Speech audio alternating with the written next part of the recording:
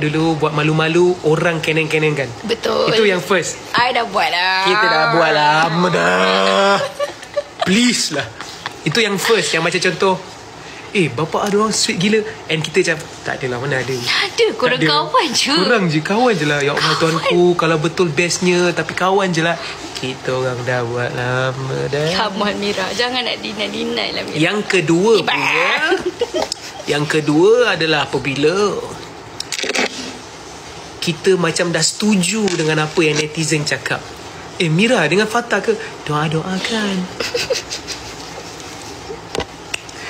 Mungkin Mira Keep it pro. Just keep it pro. Sebab mungkin masa teks ataupun masa video call, mungkin Mira tengah macam lepas habis tahajud ke apa ke? Kan cute. Okay, so Mira sekarang berada di level 2 lah kot. Yang mana doa-doakan. Kalau ada rezeki ada, doa-doakan. Mungkin. Tapi kalau contoh Syamil bagi teaser sikit. Kalau dah contoh dah sampai ke step ke-10 yang jenis boleh macam ni kat live, gila. itu yang ke-10. Tapi long way to go. Tak long way, insyaAllah. Kita doa-doakan. We never know. Sebab bila dah akad tu, first day dah boleh dah. Yang tak ada long way lah, insyaAllah. Kalau dah jodoh tak ke mana. Tinggi pun sama tinggi Ya Allah, dia orang tak tahu sepadan. Handsome couple lah. Handsome couple. Macam kita orang sama pendek.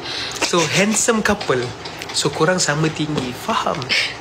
Syed X Bella tu pun handsome couple juga. Syed tu X Bella. Lagilah politician.